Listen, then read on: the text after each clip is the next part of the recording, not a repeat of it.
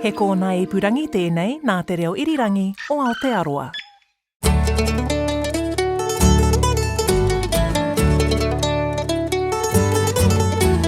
No mai whakarongo mai ki te aotai whenua. Welcome to Country Life. I'm Janina Schwanecker. Great to have your company. I'm Duncan Smith. We're back with all sorts of interesting new yarns from around rural New Zealand. That's right. Today, the growing allure for international tourists of an authentic on-farm experience. I take a tour of a young forestry block where the trees being grown could one day feature in your next Ikea purchase. And later, Sally's on a King Country farm to hear stories of the bush. But first, let's check in with farmers and growers to hear what's been happening this past month.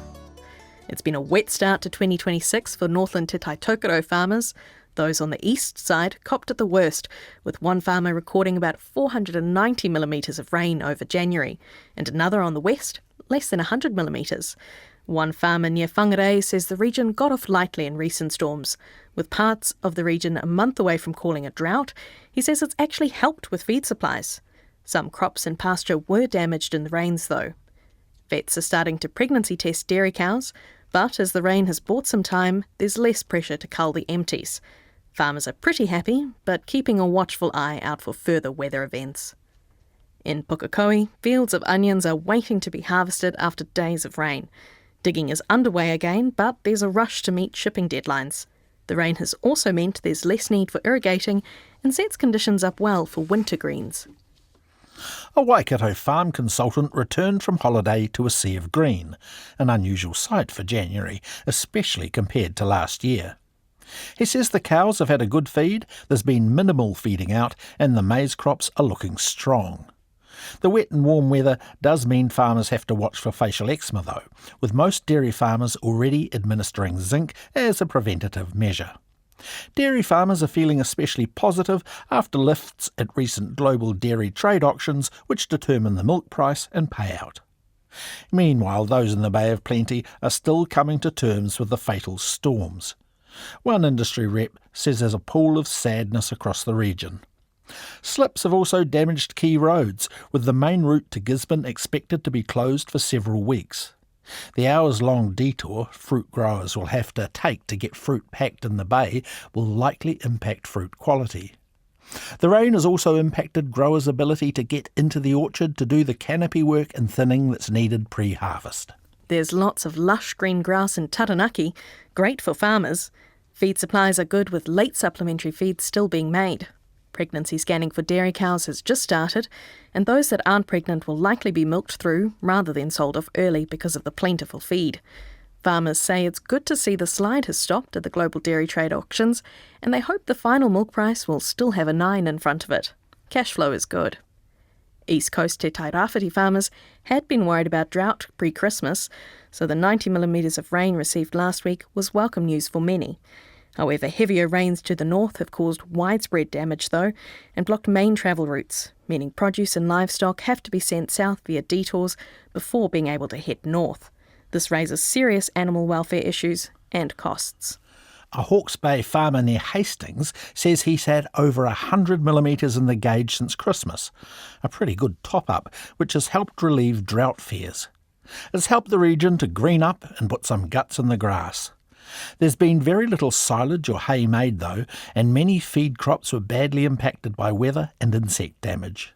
There's talk of some bringing it in and others having to destock completely after a spring dried up for the first time in 30 years.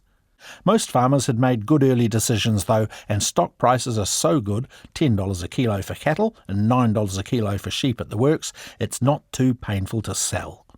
The apple harvest for early varieties has started and is looking good. Not long to go until grapes are ready to come off vines too. Manawatu farmers had hardly seen the sun until this week. All the rain is made for solid soil moisture levels. Some farmers were starting to battle, but the moisture has got them all out of jail and spiked grass growth. It's slowed contractors cutting hay or baleage, but the mowers are out again this week. Maize and feed crops are going great guns, so the region's in good condition. Store lambs have unexpectedly jumped in price, which is unusual for this time of year. Rain has also totally changed the landscape in Wairarapa, where the grass is growing like nothing else. Rain has helped crops recover after a poor establishment phase during the spring, and there's likely to be a surplus of feed. It has been frustrating for shearers though, and it's been a challenging season for fly strike. Nets are going on in the vineyards as growers pray for some dry to keep disease at bay. Cold and windy temperatures have made for poor growing conditions in Horowhenua. Watermelons in particular are struggling, and there's a chance some growers won't get any crop at all, as it's just not been warm enough. Green leaf crops are looking good though, and prices have been steady. Across Cook Strait to Tasman, where regular rain has helped pasture quality improve. One of the downfalls of getting regular rain and a bit of humid weather is the risk of facial eczema, keeping farmers on their toes. Many are also focused on getting new seed. Fodder beet and swede crops are looking pretty good. Marlborough, Te Tauihu o Te Waka, has changed from brown to green with a bit of rain. Prior to Christmas, the region had been hot and dry, but turned cool and wet after 100 millimetres of rain over the past month. It's helped improve soil moisture levels and turn the vineyard lush. With the vines well set up, one grape grower says he hopes for a run of fine weather as harvest nears. He's been busy with trimming and fungicide spraying and is now working to calculate crop volumes. On the west coast, most dairy farmers have been focused on looking after crops and making silage, which has been tricky to do between showers. There's plenty of grass though. Insects have caused headaches for some crop growers, but the impacts vary across the region. Most are gearing up for pregnancy testing to start soon. A farmer in mid-Canterbury, Waitaha, was just mowing some silage when we called. He says a good 200 mils of rain, double the normal amount for January, has helped the region green up. But the rain has been challenging for the region's arable farmers. The industry is facing millions of dollars in losses after several hailstorms. An arable farmer near Leaston says it's been devastating for farmers. Cattle prices are strong though. Store lamb and on-farm lamb sales have gone well, and prices are double what they were a few years ago, including for mutton. Shearing is just starting to get underway, though again, the wet weather has made this challenging. There's still a fair bit of cleaning up going on in Otago after those spring storms brought down trees. A farmer in the southern half of the region was carting in silage. He says rain has helped improve soil moisture levels, but it's meant stocks a bit behind. The lambs would like a bit of heat. He was pleased with the results from his pre-Christmas shear though, adding it was the best wool price in a long time. Meanwhile, the region's stone fruit growers have been busy with harvest. This year's cherry crop is unlikely to top last year's record after a challenging season of wet and wind. Farmers in Morihiku Southland are also still busy cleaning up, though many took a break over Christmas if they could. The region is now also one of the driest around the country, with some farmers even feeding out, though rain this week has helped. Most farmers were prepared and still have good feed supplies. Early dairy cow pregnancy testing results have varied, with some average returns. But for most, the mood is positive. This is Country Life on RNZ National 101 FM. Now it's time for our guest this week. Hi, my name is Marika Dunselman and I'm the founder and CEO of Agritourism New Zealand. And we help farmers diversify into agritourism and build successful businesses. It's a busy time of year at the moment for all the agritourism operators out there. And despite the weather, it hasn't been that great, but it's still people love getting on farm and experiencing that amazing real sort of New Zealand experience. Where is the growth? Is it in domestic tourism or coming from international visitors? Well, the growth is almost always from the international market.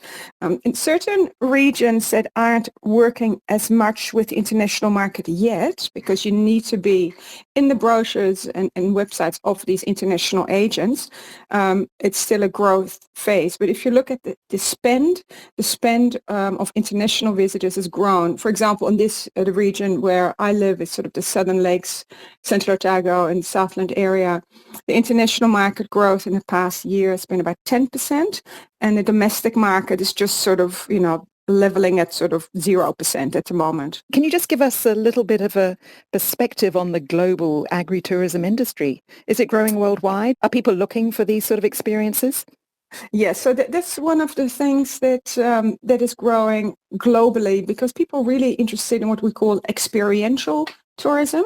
So it's really seeing how people live, in real life. So of course they come here for adventure as well, for hiking or for bungee jumping. But actually the life on a farm, and how their food is grown, the interest in that is growing globally. I'm also part of the Global Agritourism Network. So I liaise a lot with colleagues all around the world, and it's a growth everywhere.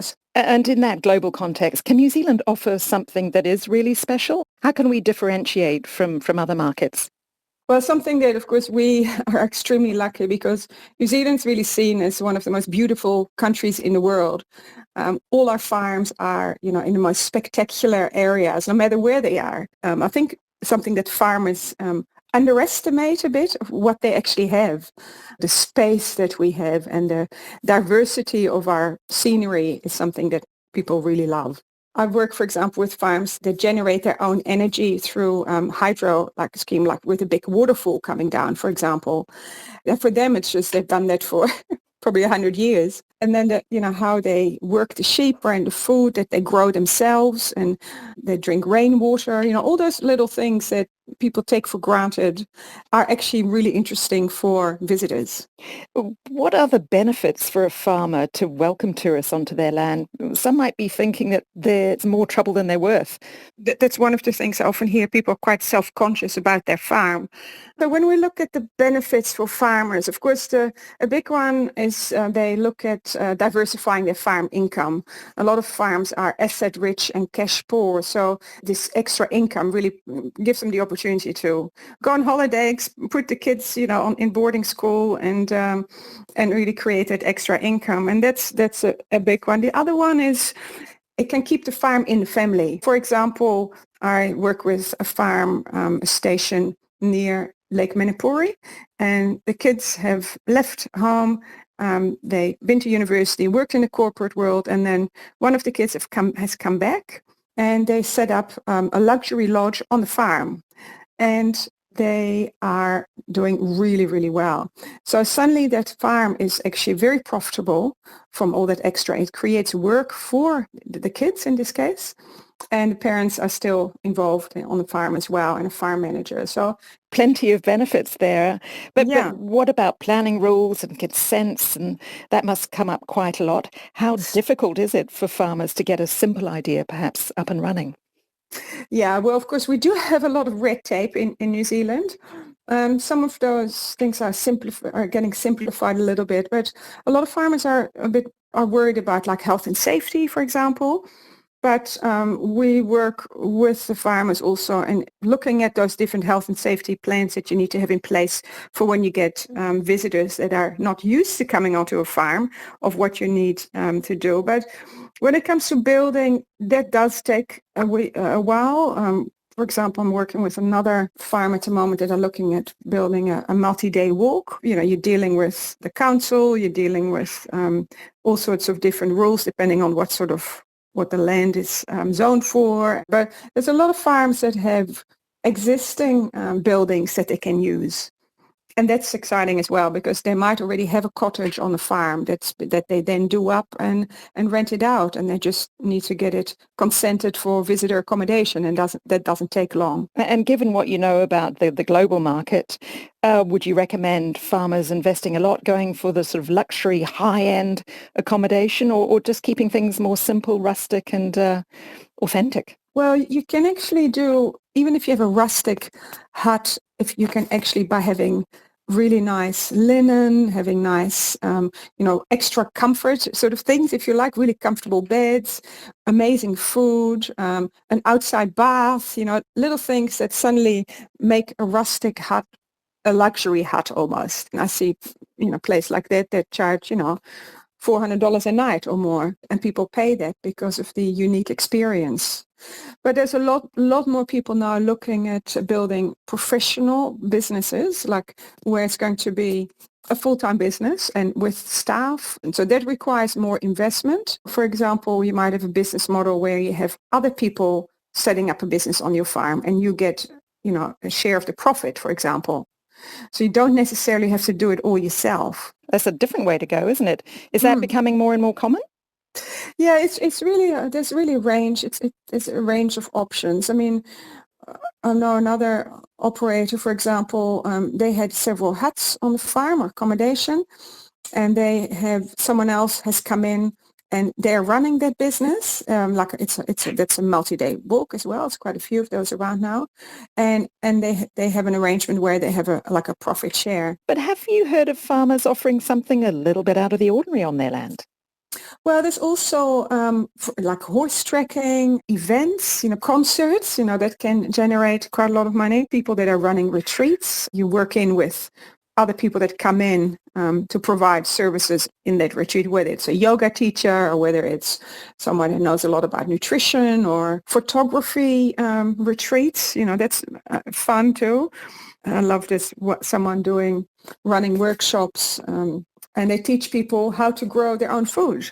Those are sort of some things that are a little bit more innovative, if you like. And in a beautiful setting, of course, to practice all these things. Well, how would you advise a farmer who wants to tap into that sort of high-end international market, the biggest spending international tourists? I think that's the biggest barrier for farmers. They don't have a background in tourism, is that they need to learn what the tourism industry is all about. What do people want? How do you price your product? What's involved with the health and safety, the customer experience, and most of all, the marketing as well. You need to really diversify that distribution, tapping into sort of all these different distribution channels and developing perhaps different types of experiences for the different markets. For example, if you have a walk, the domestic market just is happy to walk on the farm, or on that track themselves and self-guide. But the international market is, they really like to be guided a lot more. So to have a guided experience, of course, you can charge a lot more. And that's what we do. We work, with farmers and then mainly through the Agritourism Academy, an online program with fortnightly live sessions as well, where people learn everything there is to know about setting up an agritourism business. And Marika, you've also recently set up a regional network for agritourism operators. Tell us about that. Yeah, so that's been really exciting. We've launched at the end of last year the Otago Southland one, and we're just in the process of planning the next one. So the next one will be Canterbury or Canterbury Marlborough, and then we're looking at lower North Island. So, and keeping it really light in terms of commitment. It's 2 online sessions a year, just connecting with everyone around the country, and then 2 in-person events in each region. There's also an online forum as part of that where people can connect and ask questions. So it's it's going to be really fun once we have a lot of people around the country joining as well. Marika Dunselman of Agritourism New Zealand speaking to Sally Round. Excitement about the arrival of Swedish furniture company Ikea reached feverish heights late last year as the company prepared to open its first store in Auckland. The countdown is on until Ikea opens its doors in New Zealand. Well, unless you've been hiding under a rock, you're probably aware that Ikea throws open its doors for the first time in Auckland tomorrow. Well, in Auckland, businesses near the new Ikea store are steeling themselves for a stampede to the homewares giant. The store that we thought might launch 1,000 traffic jams, or not, as it turns out. Swedish furniture giant Ikea opened its doors in Auckland this morning after months, perhaps years of build-up. But what some might not realise is that Ikea has been in Aotearoa for a few years, with its parent company Inca Investments having purchased and developed thousands of hectares of forests. I went to meet Josh Cairns of Southern Forests to see Inca's first purchase from 2021. So we're standing on the top of Wisp Hill in the Owaka Valley. How big was the station before it was bought and converted to forestry? The station was 5,500 hectares. When it was bought by Inca, they bought the whole lot, obviously, and we've planted 3,300 hectares in commercial forest, and the rest of it is being retired. From the top here, we can see across to some of those pockets that have been retired and left to remain in indigenous vegetation. Can you talk me through kind of the makeup here? So you've got sort of a mixture of podocarp forest, beech forest, and also some semi-alpine type country, where it's quite unique here on this Wisp Hill range, where we've got alpine species that are commonly found in the Southern Alps that are at much higher altitudes, but they seem to do quite well down here, possibly due to the temperature, I don't know. But the reason behind retiring it was mainly because it's quite sensitive land. It's got high biodiversity values, high conservation value. It's also too high altitude to grow a production forest on, so it just made sense to retire it and look after it. Clouds are just starting to roll in over the hills around us. Can you talk me through from the north kind of down to the southeast, what we're looking at? Well, looking north from where we're standing now, we look out over Lochendorp Station over towards Balclutha. We can see as far north now probably as Mosgiel, Outram Mosgiel. And then as you come down the east coast, you can see Kaitangata over on the coast there, all the forestry behind Kaitangata. And then come right down the coast past the Nuggets, which are over here. The Owaka Estuary, or the Catlins Estuary, is down here. The river out of this property is basically the headwaters for the Catlins Estuary, so we are doing quite a lot to protect the headwaters here. And then as you go south where the clouds rolling in again, you're coming around the Long Point down to Papatawai. Some days, on a nice day from up here, you can see Stewart Island, but not today. No, not today. Shall we hop back in the car and head down to see some of the areas that you've planted up? Yep, sounds good.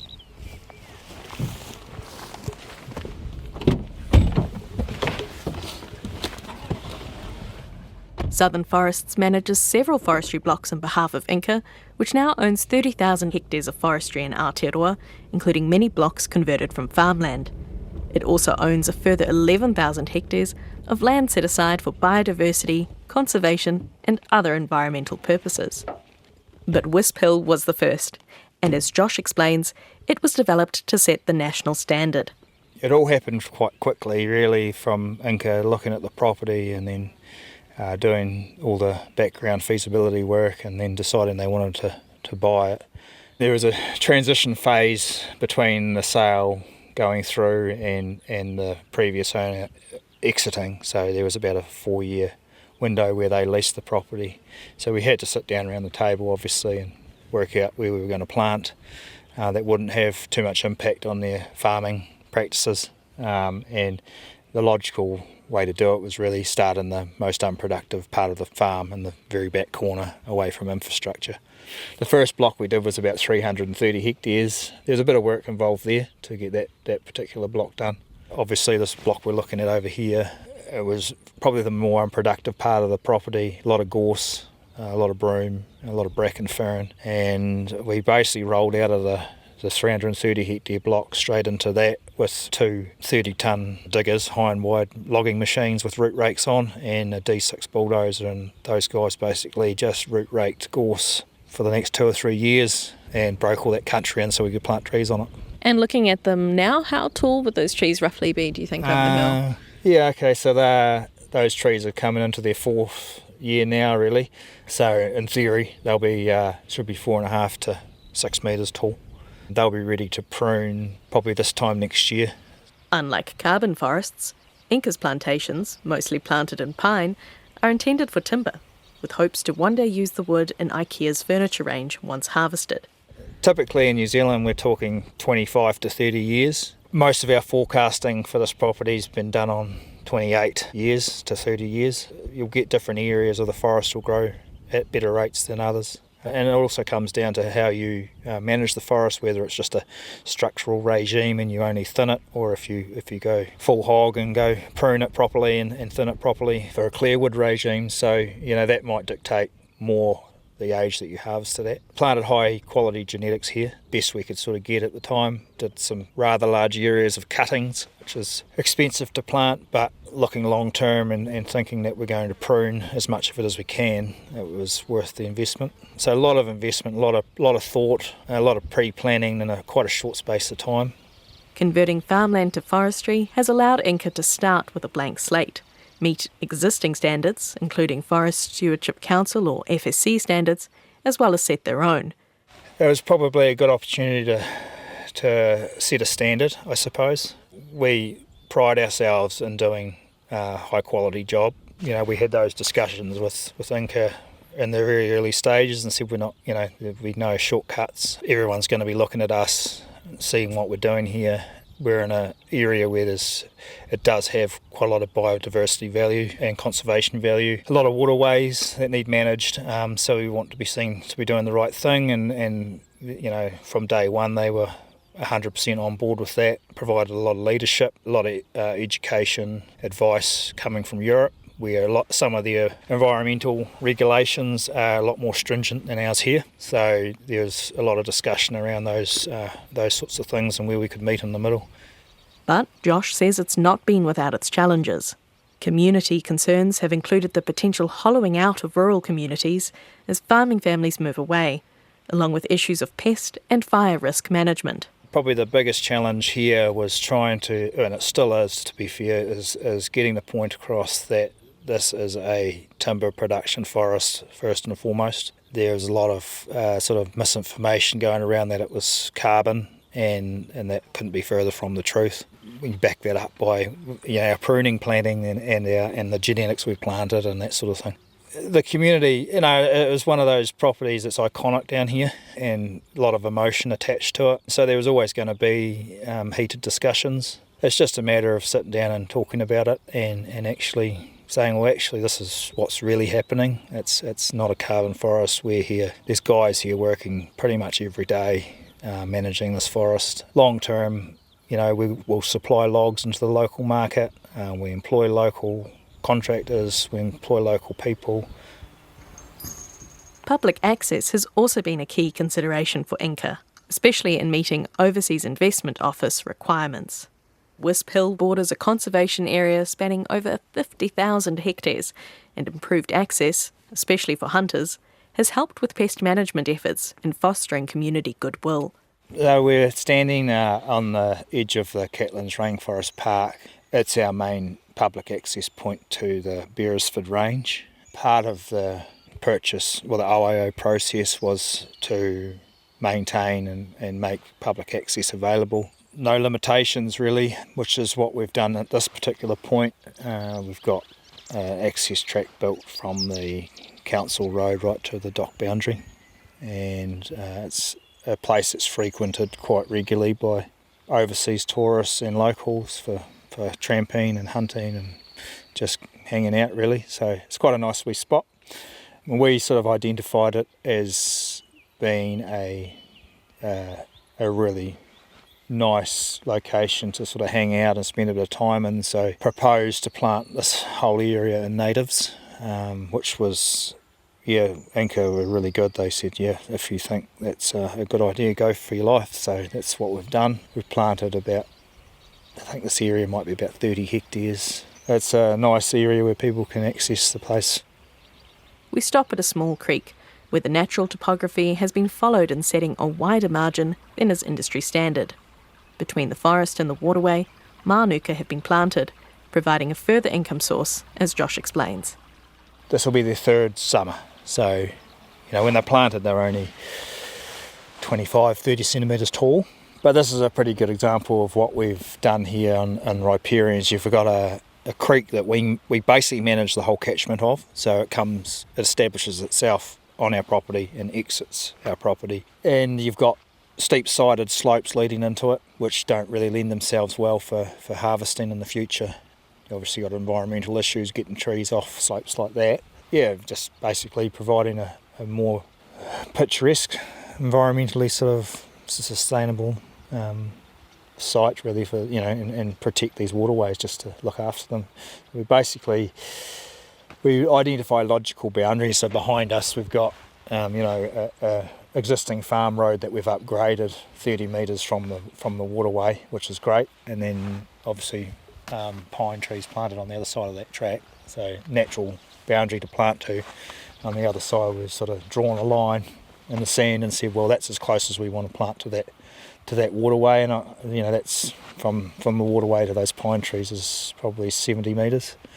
And in this particular catchment, there's about 40 hectares of natives planted on the riparian margins, with pine tree setbacks ranging from probably 40 metres to 150 metres off the waterway. So in the future it makes life a lot easier.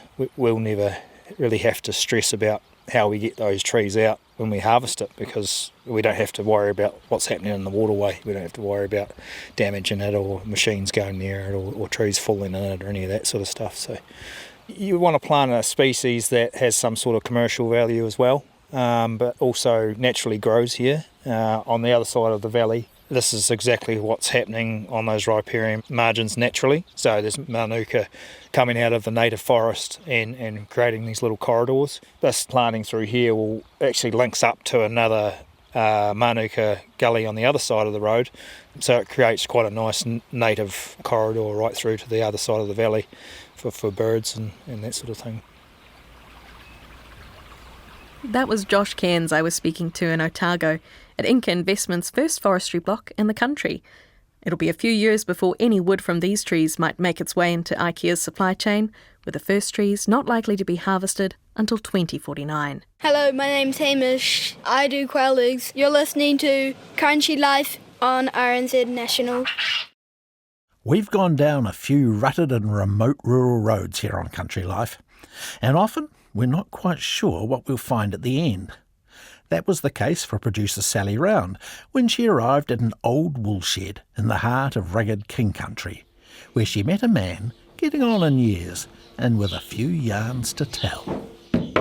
That's a piece of tenikaha, a young tenikaha that I tied. First time I was up in the bush, I can remember Dad tying one and saying to me, if you do that and pick that stick up when you're an old man, you'll have a walking stick. Lou Pickens is a man with the bush in his blood. It flows through his veins and in the things around him, like the stick he's holding. Yeah, I was born up in north of Monterey in 1943. I think of myself much as a bushman or a hunter as I do a farmer, really. And those bush skills allowed me to catch eels, catch goats, and I could suss nature out pretty good. The walking stick has a loop at the top to grip. That's the tie Lou's talking about, twisted when it was still a sapling poking up from the bush floor. It's very, very supple and very strong. And if you were making a bow out of New Zealand timber, I would strongly recommend that you use tenikaha because it's very strong and very bendy. Lou strokes the grooves of his stick, which gleams against the dark, dusty floor of the woolshed. This one I've played around with and put a bit of carving on it, and it looks quite okay.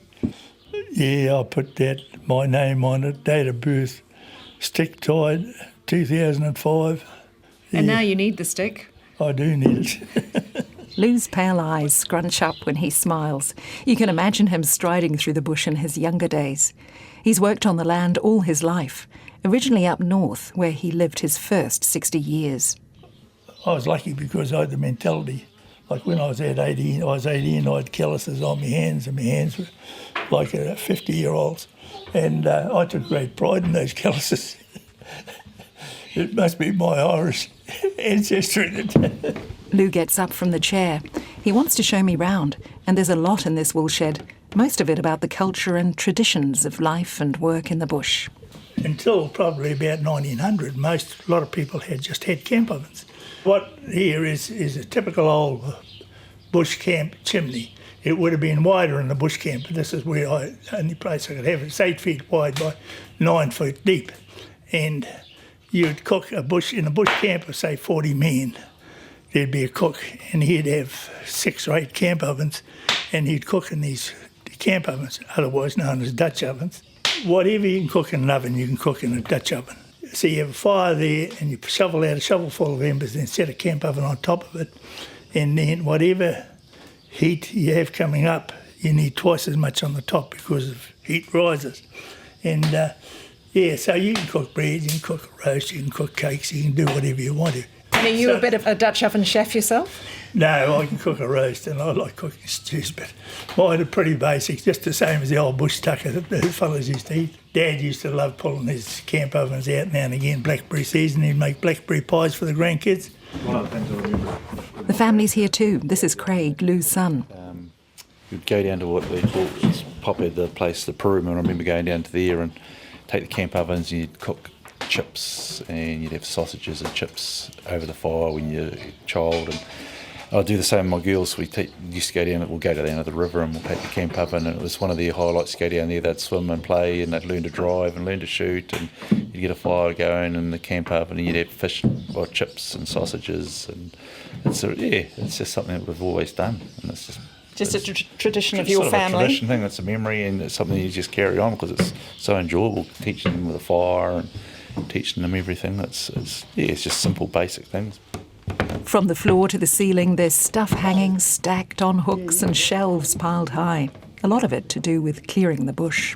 We unload a lot of the stuff as it come down from the north and just stacked it in there. Then one day I had a bright idea starting to hang things up and organise it.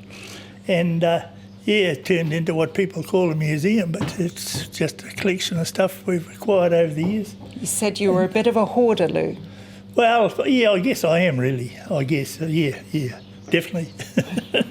What are the oldest items here? Well, what would be Craig? Some of these old bullockies are pretty old, crosscut saws. And so This back part here is mainly workshop. And look at those saws up there. Yep. Timber jacks. This is mainly bush gear, old farm gear. My grandfather's old forge there. Horse collars, 9-foot carry drag up there, and old chainsaws. How did you get time to do all this when you were farming? Well, I did lease the farm for 4 years, which gave me a bit of a break, and that's when I did this. And there's quite a collection of stuff here that is all obsolete, like, old tape measures, those are for setting saws. Yeah, old chainsaw blades. It's stuff that's I've been around my whole life. I've kicked my toes on it in the shed, I've shifted it, don't know how many times. You've played with stuff, and now you see it all out. You can come here and you see it, and it doesn't matter how often you come here, you sit down and you'll see something you haven't seen for a long time, or you remember you used to play with it, or like the forge used to make knives as a kid and things like that. It's been a part of my life. It's just normal.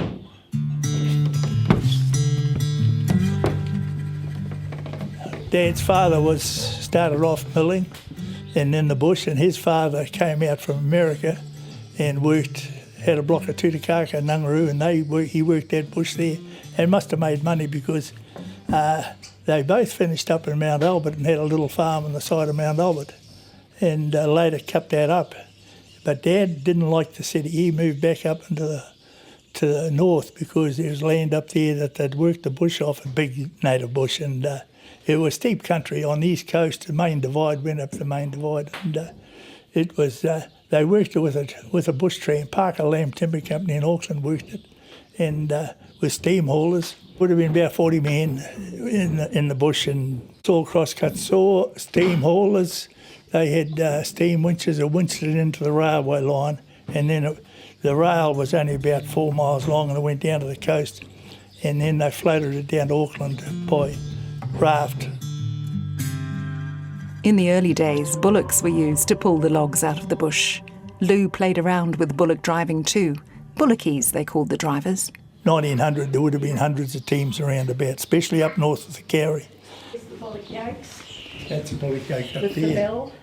And that set of horns, a good set of horns off one of Dad's bullocks, but that's only 42 inches across here. The Hereford he kept solely for the horns, and that finished up, they were 57 inches across from tip to tip, straight across. But that's a good set. And why the bell? Well, they'd let the bullocks go at night in the bush and put a bell around them in the morning. The bullocks can live in the bush, and they're just on the bush tucker, and in the morning you'd hear them tinkling around the hill, so you find them. And they say old bullocks, a cunning old bullock, he'd know and he'd rest his bell in the punga, and so it didn't make any sound, and he'd stand here at about daylight and just rest his bell in the punga. But the old bullockie was a bit cunning. He put a bit of animal fat in one ear, and when daylight come and the flies started floating around, he'd start shaking his head.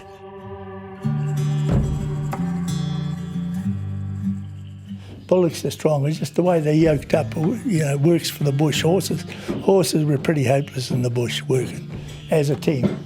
And to pull a big log, if you had a good team of bullocks, they'd pull a 5-ton log.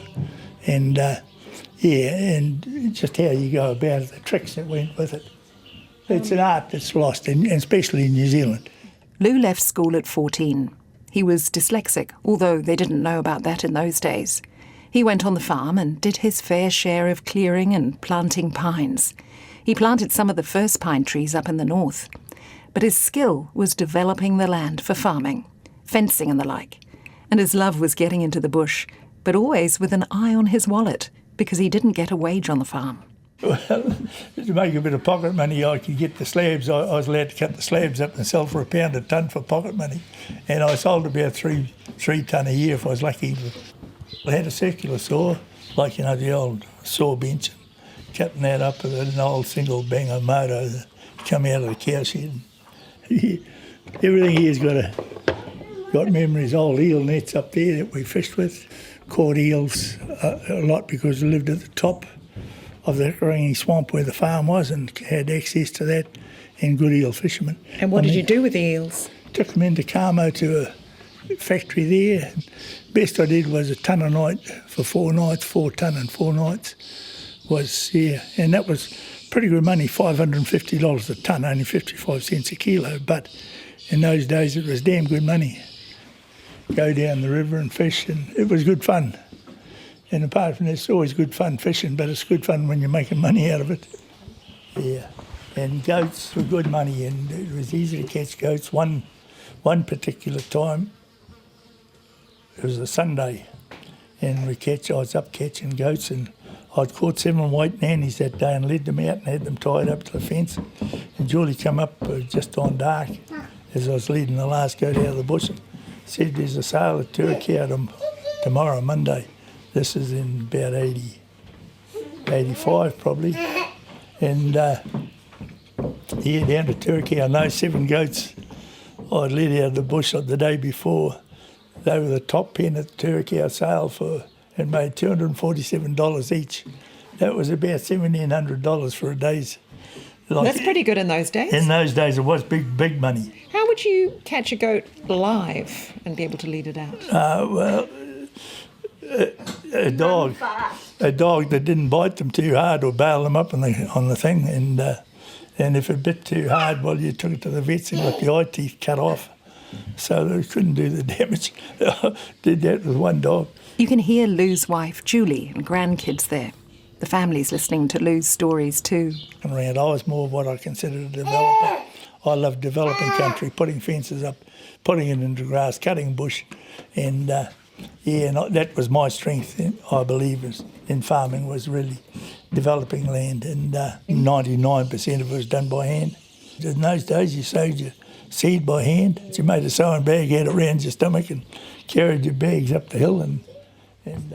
Craig's partner puts a tape recorder down next to us, grabbing his memories before they're lost. She's also called Julie, and she wants to learn more from Lou, as they'd like to reopen the woolshed to visitors when they're not so busy with the little kids. My name is Julie Tannneau. I'm French. I came 12 years ago with my backpack, as you do, just to travel and get away from home and do something different. Wanted to experience something different and wanted to try some wolfing, and went wolfing. And you came to this farm? Came to Craig's farm in Utrohonga and got along and liked the place, like the man, obviously. And still here 12 years later and 2 kids. I was always interested in farming and always interested in the more extensive farming. My family had a farm and that was more intensive, so all indoor, feeding twice or 3 times a day, bring the food to them, cut everything and come here and everything's outside all year round, don't have to bring inside for the winter. And here's they just eat grass all year round, and I just think that's brilliant. And I like the space. We're pretty isolated, but yes, you're alone physically, but the community's there and you know it's there. That's what I wanted to bring my children in, space that if they can just go outside, roam around, experience life without having to be like, watch out, there's a car, don't touch that, oh, that's dirty. Well, it's dirty, but just put your hands in it and eat the dirt, eat the grass, touch the animals, and just figure out what it's like to be alive.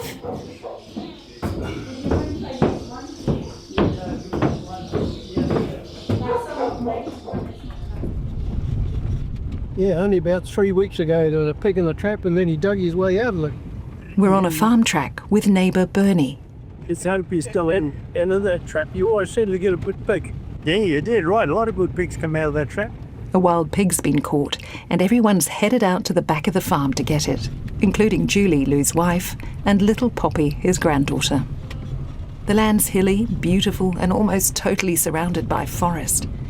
There used to be logging trams on these tracks to haul the native trees out in the old days. Amazing country. Come out there, steep country, and come into a beautiful little valley. Yeah, it is, isn't it? Well, us three are taking off for now, Luke. Yeah, but Bernie will be, probably as good a growth as you'll get any time of the year now. Yeah, well, I suppose Craig will be busy silage next. Yeah, Perry is behind us, so keep going. Yeah, then I'll let you go ahead. Yeah, I'll follow you. When I brought Ben out here yesterday to pick his mic up out in Tannneau, Luke, that he was telling me when he was undersowing Tannneau, he has 5 deer standing on the knob there looking down at him, 5 hinds. Yeah. But God, yeah. Deer numbers have just bred up phenomenally, eh? Yeah. There's a lack of hunters. People aren't hunting like they used to. No helicopter shooting. And that's been no helicopters now for close on 30 years since they discovered 1080 and a couple of deer. And the numbers have just exploded. The deer numbers and pest numbers are higher than, it's probably higher as they were back in the early 60s. Believe it or not, they've got to do something major. We're still heading towards the trap. It's at the far end of the farm. Hope you hasn't got out, Bernie. I hope it hadn't. Who built the tracks? I did when I was here. I had 12 round the farm. A great way to catch pigs. I used to have dogs, but also you needed the traps. The traps work while you're sleeping. And I could catch up to, well, I've caught up to 10 in a trap at one time. Tell me about this pig trap. It's just a design I made, very simple, cheap. Used to cost about $100 to make one. And the doc used to buy one of the heads for TB, to check for TB and the glands around the neck, and I'd make about $1,000, $1,100 a year out of pig's heads, and more than paid for the traps 10 times over. How do you catch them? How does the trap work? The door, see, that's the door there where Bernie is, and that pulls down, leaves it open, and when the pig goes in, he trips something and it comes down and automatically pegs it. You see those posts there, and there's a couple of posts in the bottom. But you go and have a look at it. Is there any bait in there? Yeah, we normally put a dead goat in there or a dead sheep. But it'd be better if we had maize, but that costs you money, so we just use. So what would have been put in there? Probably a dead sheep, I'd say. And they come around and tidy the job up. Let's get out and have a look.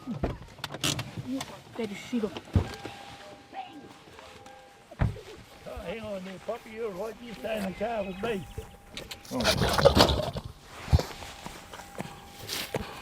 How many pigs are you catching I'm probably averaging, I'm over 100 a year I'm getting just off the farm here. I think I'm in the last 4 years up to over 500 something odd pigs I've got. It was keeping a tally, but... How many traps on the farm? There's about 8 traps around. I run those, but the pigs are getting a bit trap shy. I do a lot of shooting, and some nights I go out and 4, 5, 6 a night. What sort of damage do they do? They do a lot of pastoral damage. The bigger pigs can, especially lambing time, you can have pigs going around killing the lambs, which can be quite detrimental to your lambing percentages and things. So we try and get on top of the pigs before lambing, and they just go around and root up all the pasture. Like sometimes we can have 20, 30 hectares rooted up around the place, and it's just certain paddocks get problems. So. Did you have many lambs lost this year due to pigs? It's hard to say. I don't think this year, no. I know the neighbours, one paddock next door, I think they were about 50% lambing, and they reckon a lot of pigs, and they're finding a lot of skinned out lambs and things. So, but yeah, I don't think I have too many problems in the last few years. Are you getting more and more pigs, or is it just... There has been a real increase with the forestry next door being harvested, and then the regrowth, and the hunters aren't getting into there, and the pigs definitely built up. But when you're surrounded 2/3 by bush, and you've probably got a boundary of about 7 kilometres of native bush and forestry, it's hard to keep on top of.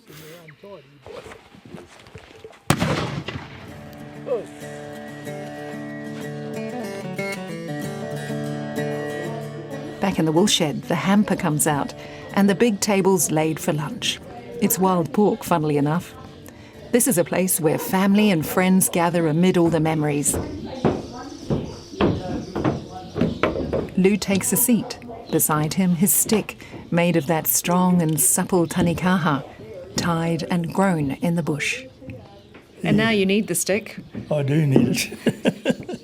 What happened with you? I got diabetes and circulation packed up in my legs, feet, and I consider I'm very lucky to have made it coming up 83, and lucky it's a foot end that went, not the top. Still got one leg? Yeah, well, half a foot that's cut off. Yeah, they've taken. I've had 5 years of hospitals. And for an active man, that would have been pretty hard. I handled it pretty good. I feel. I spent 145 days in hospital, and I'm lucky. I've been able to put up with that, no sweat. Really, it's been a piece of cake. I treat it like another challenge.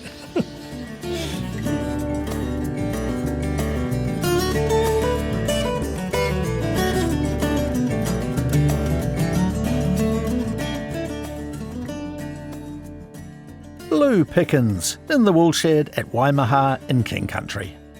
Take a look at photos on the web. You'll find the story at rnz.co.nz/countrylife. And that's it for this episode of Country Life. Do let us know your feedback by emailing country@rnz.co.nz.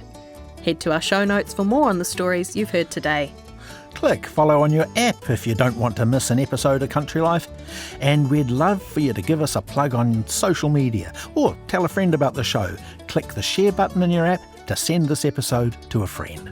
The stories in this episode were produced and presented by Sally Round and me, Janina Schwanica.